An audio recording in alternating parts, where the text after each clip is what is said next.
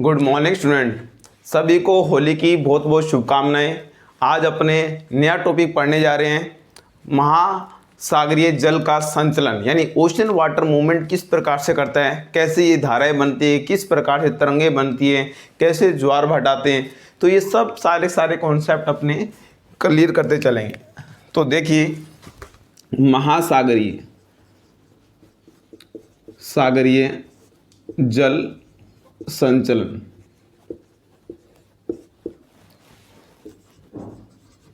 Ocean water movement.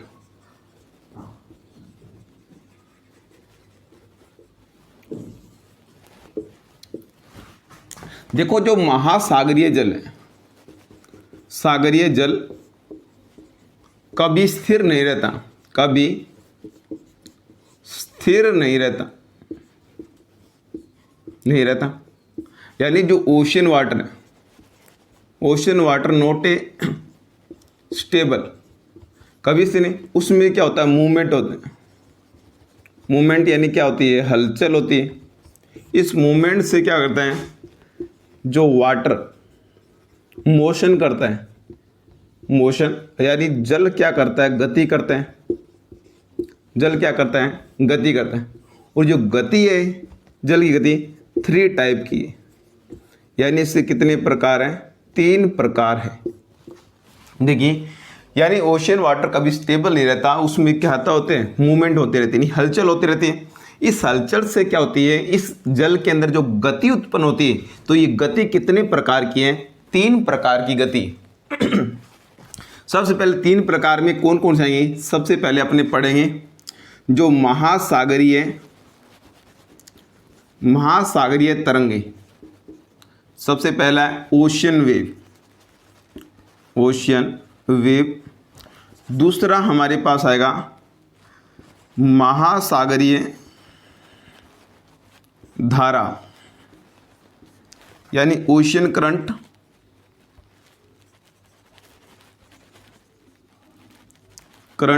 और ocean current के बाद 3 नंबर पर अपने पढ़ेंगे ज्वार भाटा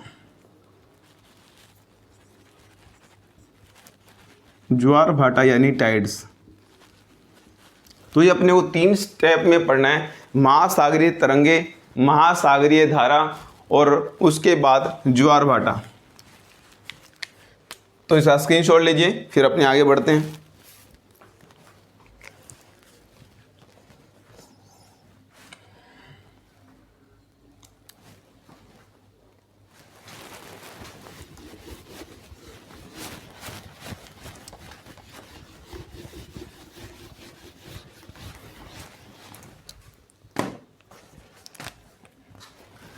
देखो, जो महासागरीय जल है, महासागरीय जल में क्या होती है, 2 प्रकार की गति होती है। 2 प्रकार की गति कौन सी, एक तो होती है मान ली क्षैतिज गति, अपने कहेंगे हॉरिजॉन्टल मोशन। यानी एक तो जल क्या गति करे, इस प्रकार से गति करे, यानी जब क्षैतिज गति करे तो ये तो होगी हॉरिजॉन्टल मोशन। और दूसरा होगा यानी ऊर्ध्वाधर गति, इसको अपने लंबवत भी कहते हैं, लंबवत कहें या इसी को कहें अपने वर्टिकल मोशन। वर्टिकल में मोशन क्या करेगा, वाटर ऊपर से लेकर इस प्रकार से नीचे ऐसे क्या करेगा, फ्लो करेगा। तो ये जो गति है, क्षैतिज गति, जो संबंधित किससे होगी, महासागरीय धारा से। यानी जो अपने पढ़ेंगे ओशन करंट में जो वाटर फ्लो करेगा यानी लेटरल मोशन करेगा यानी हॉरिजॉन्टल। और महासागरीय जो तरंगे होंगी, ये भी किससे रिलेटेड है, अपने कहेंगे ओशन जो वेव है, ये भी कौन सी मोशन से है, अपने कहेंगे क्षैतिज मोशन से। यानी बात करें जो हॉरिजॉन्टल मोशन होगा, जल की क्षैतिज गति से रिलेटेड है ये दोनों। और अपने लंबवत गति से ये ज्वार भाटा है वो रिलेटेड होगा, आपने कहेंगे किससे रिलेटेड होगा, यानी ऊर्ध्वाधर गति। अब महासागरीय जल दो प्रकार से गति करे, एक तो क्षैतिज गति यानी पानी सीधा बह रहा है सरफेस पर, और ये क्या ऊपर से नीचे की ओर बह रहा है। तो ये दो प्रकार के मोशन है, जिसमें अपने क्षैतिज गति पढ़ने पहले यानी हॉरिजॉन्टल मोशन में के अंदर सबसे पहले पढ़ेंगे ओशन वेव। स्क्रीनशॉट लीजिए।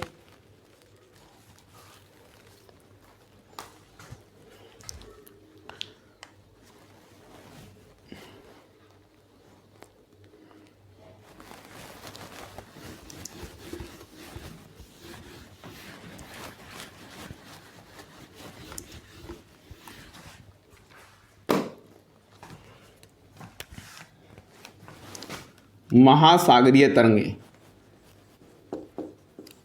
अपने टॉपिक का नाम है महासागरीय तरंगे। तरंगे यानी ओशन वेव, ओशन वेव।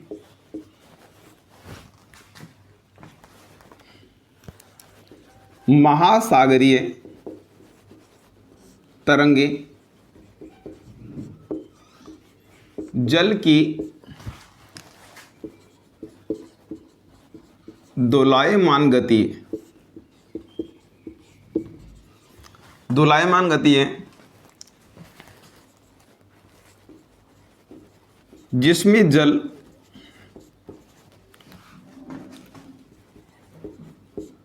ऊपर नीचे उठता है, लेकिन एक स्थान से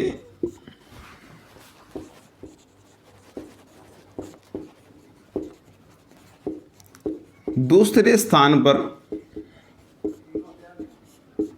प्रवाहित नहीं होता, प्रवाहित नहीं होता। तो ये चीज़ है अपने महासागरीय तरंगे, यानी जो ओशन वेव है, ओशन वेव कैसी मोशन है, ओसिलेटिंग मोशन, ओसिलेटिंग ये जो क्या है मोशन है, इसमें जो वाटर मोशन नहीं करेगा, वाटर यानी मोशन नहीं करेगा, यानी क्या होगा, राइज अप होगा, राइज अप होगा, क्या होगा, डाउनफॉल होगा, डाउनफॉल होगा। और डाउनफॉल इसमें water not be transferred, not be transfer, यानी जल गति नहीं करेगा। अब वो सर फिर है क्या चीज़, देखिए यहाँ पर अपने देखते हैं, ये मान लीजिए कोई क्या है, पॉन्ड है यानी तालाब है, इस तालाब में भरा हुआ है क्या, पानी भरा हुआ है, ये सारा इसमें क्या भरा हुआ है, ये पानी भरा हुआ है। आप क्रिकेट खेल रहे थे और आपने की बॉल गिर गई कहाँ पर, इसी के अंदर, ये वाली क्या गिर गई, बॉल गिर गई, ये आपकी बॉल गिरी। आपका अगला स्टेप क्या होगा, इस बॉल को बाहर निकालना है, और बाहर निकालने के लिए अपने बड़ा सा पत्थर उठाते हैं और पत्थर उठाकर इसके नज़दीक डालते हैं। जैसे पत्थर नज़दीक होगा तो इस प्रकार से क्या बनेगी, यहाँ से इस प्रकार से ये क्या बनेगी, इस प्रकार से वेव बनेगी। पानी इस प्रकार से जहाँ पत्थर पड़ेगा और इस प्रकार से लहरें अपने कहेंगे जहाँ पत्थर गिरा उससे कहाँ पर आएगी, तट की ओर आएगी। अगर ये पानी अगर इस प्रकार से मोशन करता होगा, अगर पानी अगर मोशन करता होता तो ये वाली बॉल इस लहर से यहाँ आ जाती, इस लहर से यहाँ आ जाती, इस लहर से यहाँ आ जाती। समझ में आ रही है आपको, इस लहर से यहाँ, आपको दिखाई नहीं दे रहा होगा, एक मिनट देखो। अगर जल इस प्रकार से गति करता होता, जल गति करता, तो आपकी बॉल का ये जो किनारा है, यहाँ से ये बॉल थी तो ये मोशन करके यहाँ आ जाती होगी, यहाँ ऐसे होता अगर जल गति करता होता तो। लेकिन जल नहीं गति करता, आपकी बॉल क्या होगी, वहीं पर up down up down up down, ये ऊपर उठी और वहीं पर down, up down up down up down up down, इस प्रकार से ऊपर नीचे गति करती, यानी बॉल आपकी वहीं ऊपर नीचे इस प्रकार से करती रही। अगर उसमें गति होती तो वो इस प्रकार इस करंट के अंदर जो धारा थी, इस धारा से क्या होती, बहकर बाहर आ जाती, लेकिन ऐसा नहीं होता। तो इसमें क्या होता है, महासागरीय तरंगे जल की दोलायमान यानी ऊपर उठता है, ऊपर उठेगा और वापस नीचे गिर जाएगा, ऊपर उठेगा और वापस नीचे गिर जाएगा। ठीक है, ये वाला सिस्टम ऐसे है। यहाँ बता देते हैं। अब ये पानी राइज अप हुआ, ये पानी क्या होगा, वापस डाउनफॉल होगा यहीं पर, और ये जैसे दबेगा इस वाले को उठा देगा, यहाँ से इस वाले को उठा देगा। तो ये इस पर इसका वेट नीचे जाएगा, जब ये ऊपर उठ जाएगा ऐसे। तो महासागरीय तरंगे जल की दोलायमान गति है, इसमें जल ऊपर नीचे उठता है सिर्फ, लेकिन एक स्थान से दूसरे स्थान पर प्रवाहित नहीं होता, यानी मोशन नहीं करता, वाटर ऊपर नीचे गति करता है। तो महासागरीय तरंगे, इसका स्क्रीनशॉट लीजिए। फिर अपनी ये बनती कैसे, इनके कारणों की बात करते हैं, यानी महासागरीय तरंगों का निर्माण किस प्रकार से होते हैं।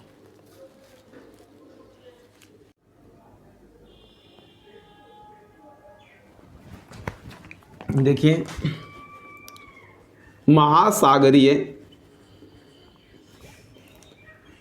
तरंग बनने के कारण, यानी फॉर्मेशन ऑफ ओशियन करंट, यानी करंट नहीं, ओशियन वेव, यानी महासागरीय तरंगों के बढ़ने के कारण क्या है, उन कारणों के बारे में देखेंगे।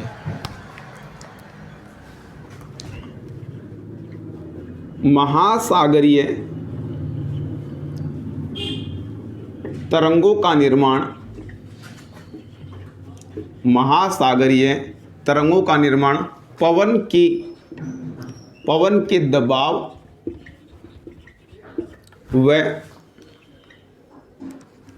व घर्षण के कारण, यानी तरंगों का निर्माण क्या है, या तो पवन के दबाव से या उनके घर्षण से होता है। यह 3 बातों पर निर्भर करती, यानी 3 फैक्टर पर डिपेंड करती हैं। यानी जब वेव बनेगी, और वेव जो बनेगी वो 3 फैक्टर पर डिपेंड करेगी। सबसे पहला जो फैक्टर है, सबसे पहले पवन की गति, सबसे पहला है पवन की जो गति, स्पीड ऑफ विंड, यानी विंड की स्पीड पर क्या करते हैं, डिपेंड करते हैं। दूसरा, पवन की स्पीड होगी, उसके बाद पवन के बहने की अवधि, यानी पीरियड ऑफ अपने wind flow, period of wind जो ब्लो रही है, यानी उसके बाद बहने की अवधि पर डिपेंड करती है। और तीसरा, पवन के निर्विघ्न बहने की दूरी, यानी कितनी डिस्टेंस पर, इस पे लेंगे डिस्टेंस कितनी पर, यानी महासागरीय तरंगें 3 बातों पर निर्भर करती हैं। सबसे पहले स्पीड के, यानी पवन चल रही है, यानी ओशियन की सरफेस तली पर, यानी उसकी स्पीड के। दूसरी बात पवन के बहने की अवधि, यानी पवन घंटे के लिए बह रही, कितने स्पीड से बह रही है, या कंटिन्यू एक दिन के लिए या कुछ घंटों के लिए स्पीडली बह रही है, तो उनकी पीरियड ऑफ विंड, यानी उसकी अवधि क्या है। उसके बाद बहने की दूरी, निर्विघ्न बहने की दूरी, यानी अगर विंड बह रही है, अगर रास्ते में कोई बैरियर नहीं आ रहा, अगर बैरियर आ जाए तो विंड वहीं रुक जाएगी, अगर बैरियर नहीं आ रहा तो वो बिल्कुल क्या चलेगी, स्पीडली चलेगी। तो ये 3 बातें थी, यानी महासागरीय तरंग बढ़ने के कारण क्या है। तो ये 3 कारणों के बाद देखेंगे अपने अलग अलग विंड की, अपने स्क्रीनशॉट लीजिए।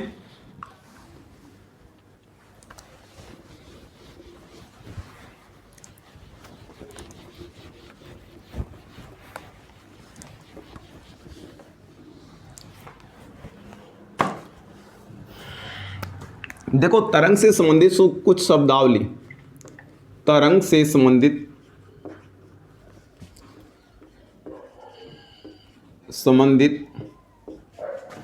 शब्दावली, तरंग से संबंधित अपनी शब्दावली की बात करें, कौन कौन सी शब्दावलियाँ आती हैं, यानी तरंग है, इस तरंग में क्या क्या उसके टाइप प्रकार से हैं वो अपने भी देखेंगे, प्रकार भी देखेंगे। सबसे पहले अपने तरंग के बारे में देखते हैं क्या चीज़ है।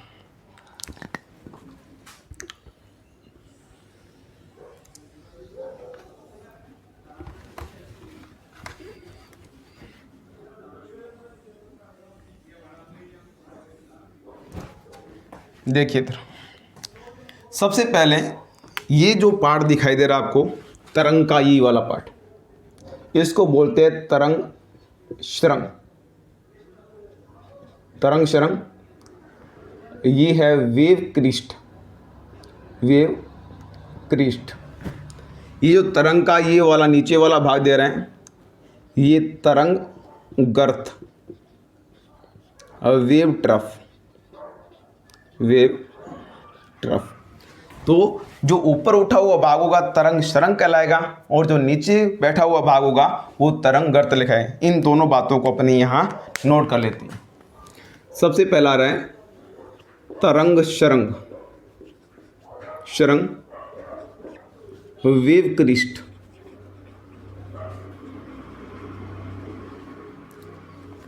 लिख सकते हैं अपने तरंग का ऊपर उठा हुआ भाग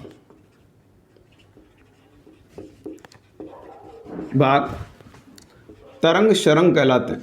तरंग शृंग कहलाते हैं।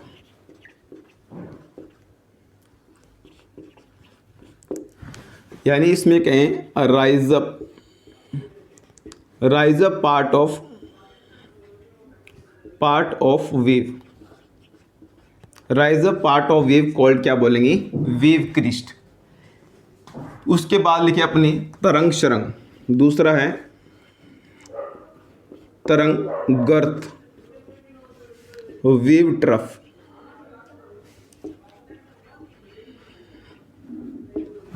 इसमें लिख सकते हैं अपने तरंग का धंसा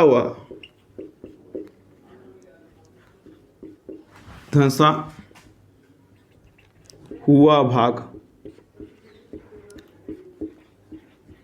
तरंग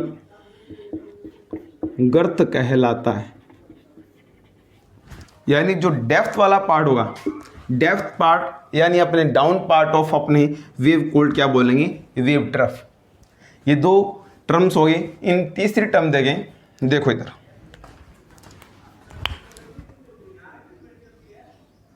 ये क्या थी, वेव।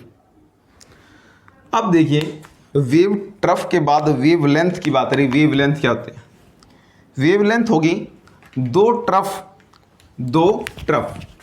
या दो क्रिस्ट। देखो दो तरंग शृंगों के मध्य की दूरी, ये वाली डिस्टेंस, या अपने कह सकते हैं ये वाली डिस्टेंस, ये क्या है, तरंग धेरे। यानी इसको कहें अपने वेव लेंथ। ये क्या है, तरंग धेरे। Wave length. तो तरंग की लंबाई क्या कहलाती है, दो तरंग शृंगों या दो तरंग गर्तों के मध्य की दूरी क्या कहलाती है, तरंग धेरे। तो स्क्रीनशॉट लीजिए, इसी टर्म्स को लिख लेते हैं। चलो यहीं लिख सकते हैं इसको, 3 नंबर पर यहीं लिख देते हैं इसको, तरंग धेरे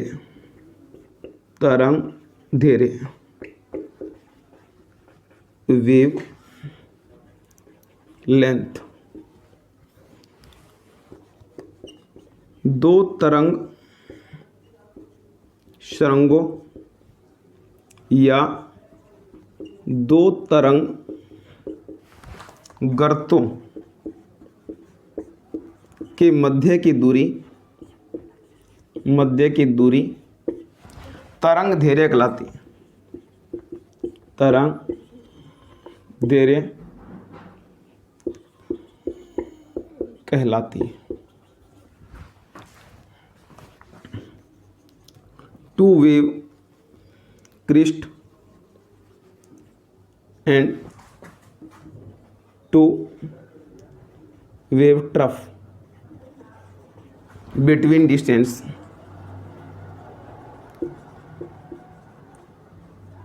बिटवीन डिस्टेंस कॉल्ड क्या बोलेंगे, वेवलेंथ। वेवलेंथ। तो ये हो गया, 3 टर्म्स हो गए अपने पास, तरंग दैर्ध्य, तरंग गर्त और तरंग शर्म। स्क्रीनशॉट लीजिए इसका।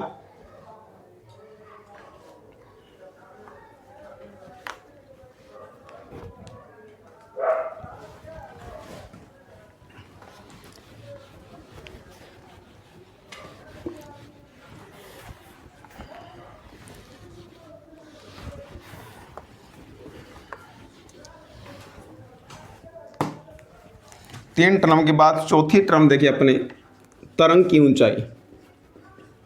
तरंग की ऊंचाई,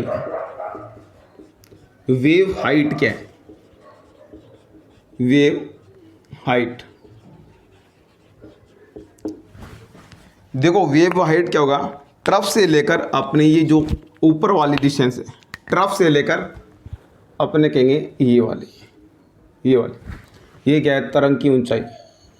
तरंग की ऊंचाई अपने हाइट ऑफ अपने वेव।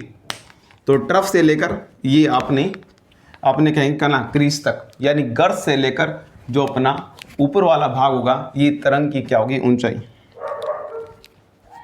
तो लिख सकते हैं तरंग गर्त से तरंग शर्म के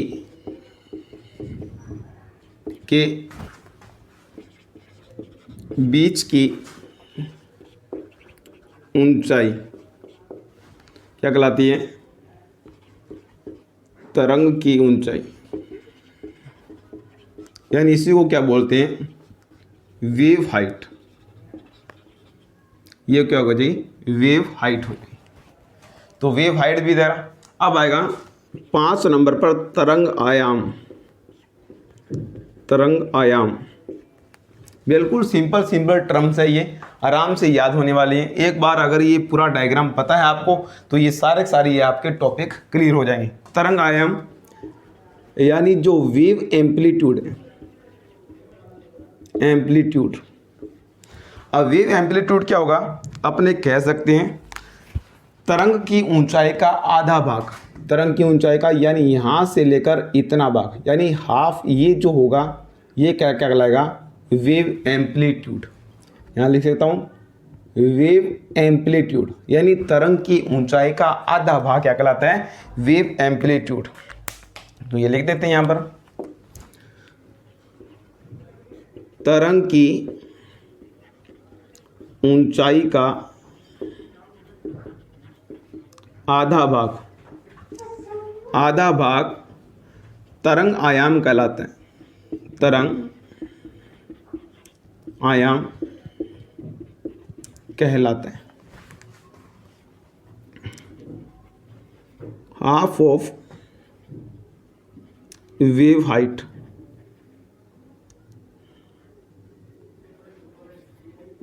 half of wave height called क्या बोलेंगे, वेव एम्पलीट्यूड। एम्पलीट्यूड। तो वेव की ऊंचाई का, जो हाइट की ऊंचाई का आधा भाग कहलाएगा तरंग आयाम। तो स्क्रीनशॉट लीजिए। फिर 2-3 टर्म्स और बची अभी इसमें।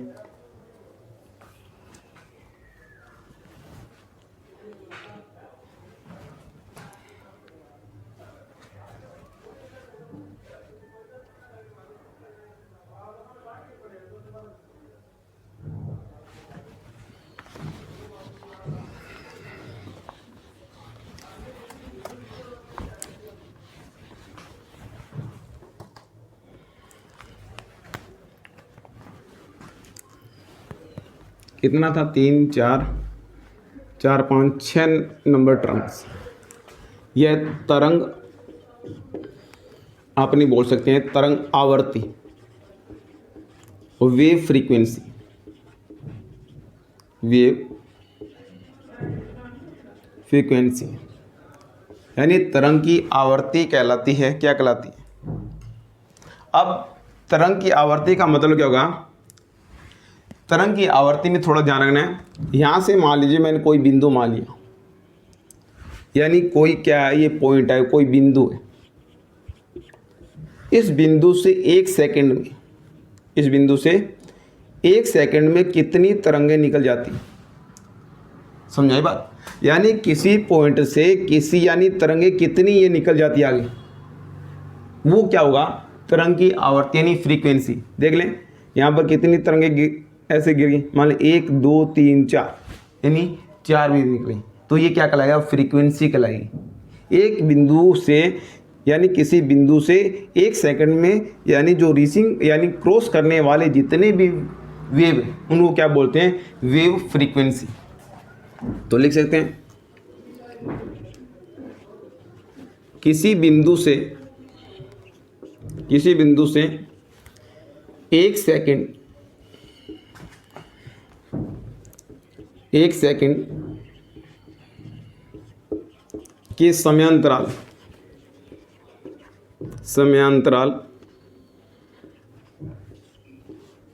में गुजरने वाले तरंगों की संख्या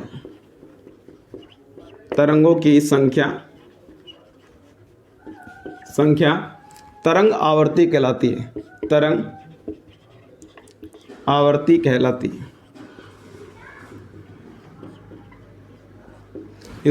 इंग्लिश में बोल देता हूँ, यानी a point crossing the number of wave called क्या बोलेंगे, वेव फ्रीक्वेंसी। यानी क्या होगा, क्या होगा बिंदु से यानी crossing of number of waves called क्या बोलेंगे अपने, वेव फ्रीक्वेंसी। तो तरंग आवर्ती हो गया। एक होता है 7 नंबर पर आएगा तरंग काल, तरंग की आवर्ती होगी और तरंग का अपने बात करें तरंग की गति भी आएगा और तरंग का काल भी आएगा। तरंग वेव पीरियड क्या होगा, देखो इसमें थोड़ा सा अलग है। यानी किसी बिंदु से यानी जो क्या करते हैं, 2 वेव ट्रफ या 2 वेव क्रिस्ट यानी 2 तरंग सरंग और 2 तरंग गर्त जो गुजरने में जो टाइम लगेगा उसको क्या बोलेंगे, तरंग काल। ठीक है, यहाँ पर तो नंबर ऑफ वेव जा रही थी यानी कितनी तरंगे गुजर रही है 1 सेकंड में। यहाँ पर होगा वेव, जब काल होगा पीरियड होगा, एक बिंदु से 2 तरंग सरंगों या 2 तरंग गर्तों के मध्य लगने वाला समय होगा, बिटवीन जो डिस्टेंस जो टाइम लगेगा उसी टाइम को क्या बोलेंगे अपने, वेव पीरियड। तो लिख देते हैं इसको, किसी निश्चित बिंदु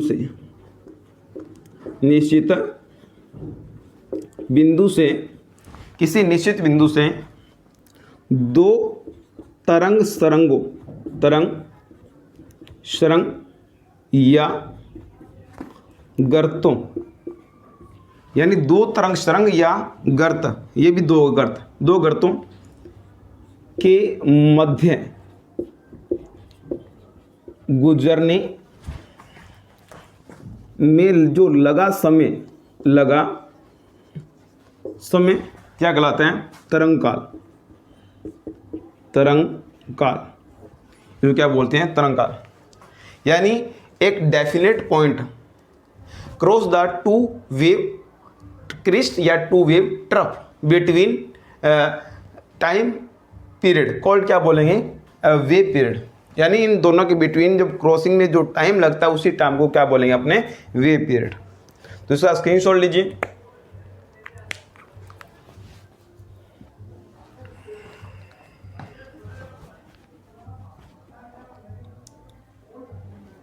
सातवें के बाद 8 नंबर जो अपनी टर्म आ रही है वो क्या चीज़,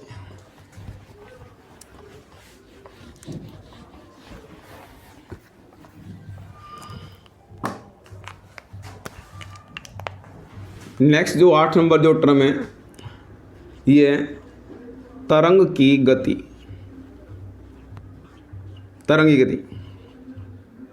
स्पीड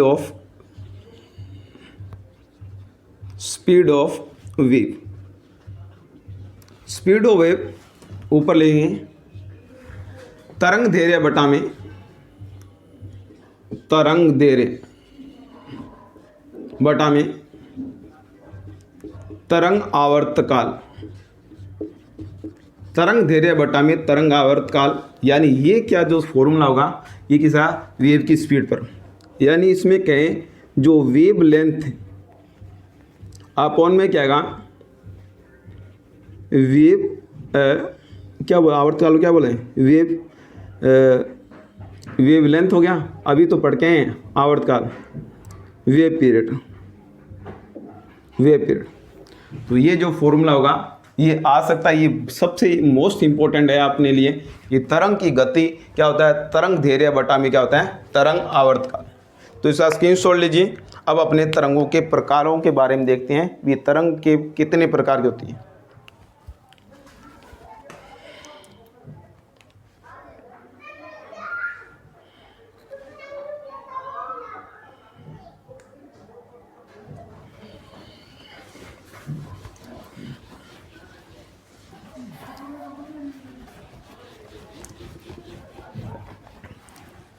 तो नेक्स्ट तरंग के प्रकार देखेंगे, तरंग के प्रकार कैसे।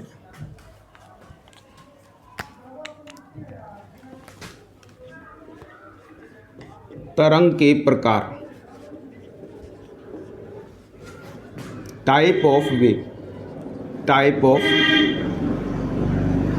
वेव, टाइप ऑफ वेव यानी तरंगों के प्रकार 3 प्रकार की होती हैं। अपने कह सकते हैं तरंगे 3 प्रकार की होती। 3 प्रकार कौन कौन से हैं, इनको हाथों हाथ अपनी, सबसे पहले होते हैं सी स्वेल सरफ, 3 आएगा इसमें सी, ये वो वाला सी नहीं है, सागर नहीं, ये इस तरंग का प्रकार है सी। अब सी क्या होगी, अपने कहें महासागरीय जल में विभिन्न प्रकार की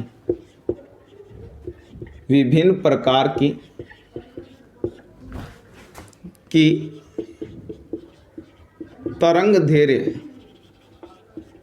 यानी जो महासागरीय जल है उसमें विभिन्न प्रकार की जो तरंग दैर्घ्य तथा अनिश्चित दिशा में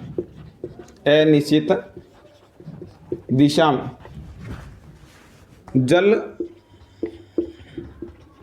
जो बहना क्या कहलाते हैं, सी कहलाते हैं।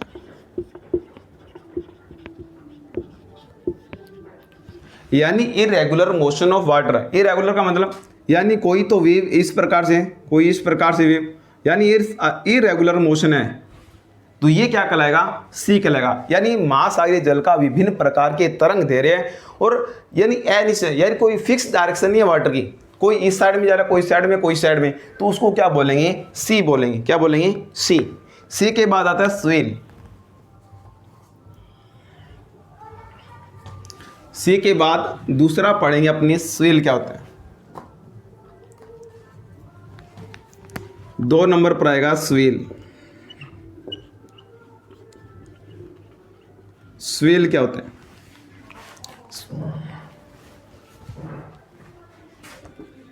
जब तरंग पवन के प्रभाव क्षेत्र से दूर चली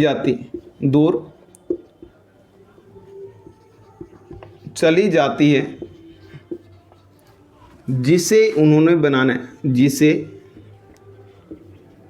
उन्हें बनाया है,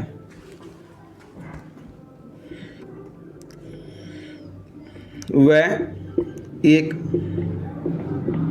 निश्चित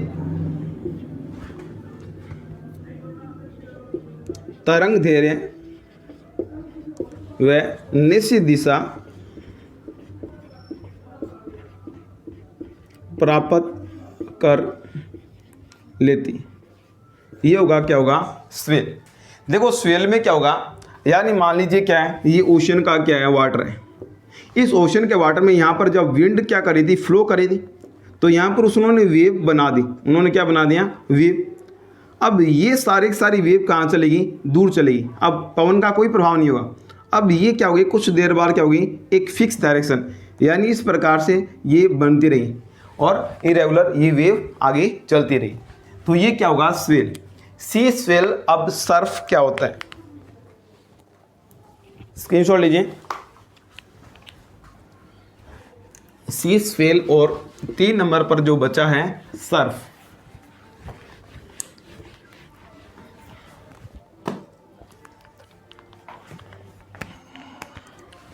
तीन नंबर पर अपने पढ़ेंगे सर्फ। ये साबुन वाला वो सर्फ नहीं है, ये सर्फ क्या चीज़ है, ध्यान देना। तटीय क्षेत्रों में, तटीय क्षेत्रों में, तटीय क्षेत्रों में जो क्या हो गया, जो कोस्टल रीजन होगा, टूटती हुई तरंगों को, टूटती हुई तरंगों को सर्फ कहा जाता है। यानी ब्रेकिंग ऑफ कौन सा, आपने ओशन वेव। जैसे क्या होगा, यानी ये क्या है, कोस्टल रीजन, यहाँ पर क्या भरा हुआ है, ये पानी, ये पानी। जब क्या होगा, जब पानी में लहरें उत्पन्न होगी, ऐसे लहरें चली, ऐसे लहरें होगी, जब कोस्टल रीजन पर जाएगा, जब इस प्रकार से पानी ये जो क्या हो रहा है, उछल रहा है, ये उछले ऐसे, जब एक पॉइंट मैक्सिमम जब हाइट प्राप्त कर लेगा, यानी यहाँ पर देखो क्या हुआ, वहाँ से एक कोस्टल रीजन टकराया तो इस प्रकार से ऊपर उठेगा। जैसे ही ऊपर उठेगा तो यहाँ पर एक ऐसा पॉइंट आएगा जहाँ से मैक्सिमम हाइट प्राप्त कर लेगा ये जल, और यहाँ से बीच में से जब जो ब्रेक डाउन होगा उसको क्या बोलते हैं, अपने सर्फ बोलते हैं। क्या बोलते हैं, सर्फ। अब जब पानी ऊपर जा रहा है तो इसको बोलते हैं श्वास, श्वास। और इसको क्या बोलते हैं, बैक। जब वापस आएगा इसको बोलेंगे बैकवाश, बैकवाश। ठीक है, ये भी अपने को ध्यान रखना है। जब पानी ऊपर जा रहा है तो इसको श्वास, जब पानी जब वापस नीचे आ रहा है उसको क्या बोलेंगे, बैकवाश। तो तटीय क्षेत्रों में टूटती हुई तरंगों को क्या बोला जाता है, सर्फ। जब पानी ऊपर जाएगा तो इसको श्वास, और बैकवाश जब पानी वापस आएगा, यानी उसको क्या बोलेंगे, अगर जल, इसको क्या बोलेंगे, पश्च जल। ये भी लिख सकते हैं, इसको बोलेंगे पश्च जल, पश्च जल। और ये क्या होगा, अगर जल। बस ये भी 2 टर्म्स याद करनी है। तो स्टूडेंट, अपना जो वेव से संबंधित जो टॉपिक था वो कंप्लीट हो गया। कल अपने पढ़ेंगे ओशन, जो अपनी बच गए क्या, करंट यानी महासागरीय धाराएं, और नेक्स्ट जो अपना ज्वार भाटा यानी जो ओशन टाइड आते हैं उसके बारे में। तो स्टूडेंट, ज़्यादा से ज़्यादा चैनल को लाइक, सब्सक्राइब और शेयर कीजिए, जिससे मैं आगे अच्छे से अच्छा कंटेंट आपको उपलब्ध करा सकूँ। Thank you student, bye.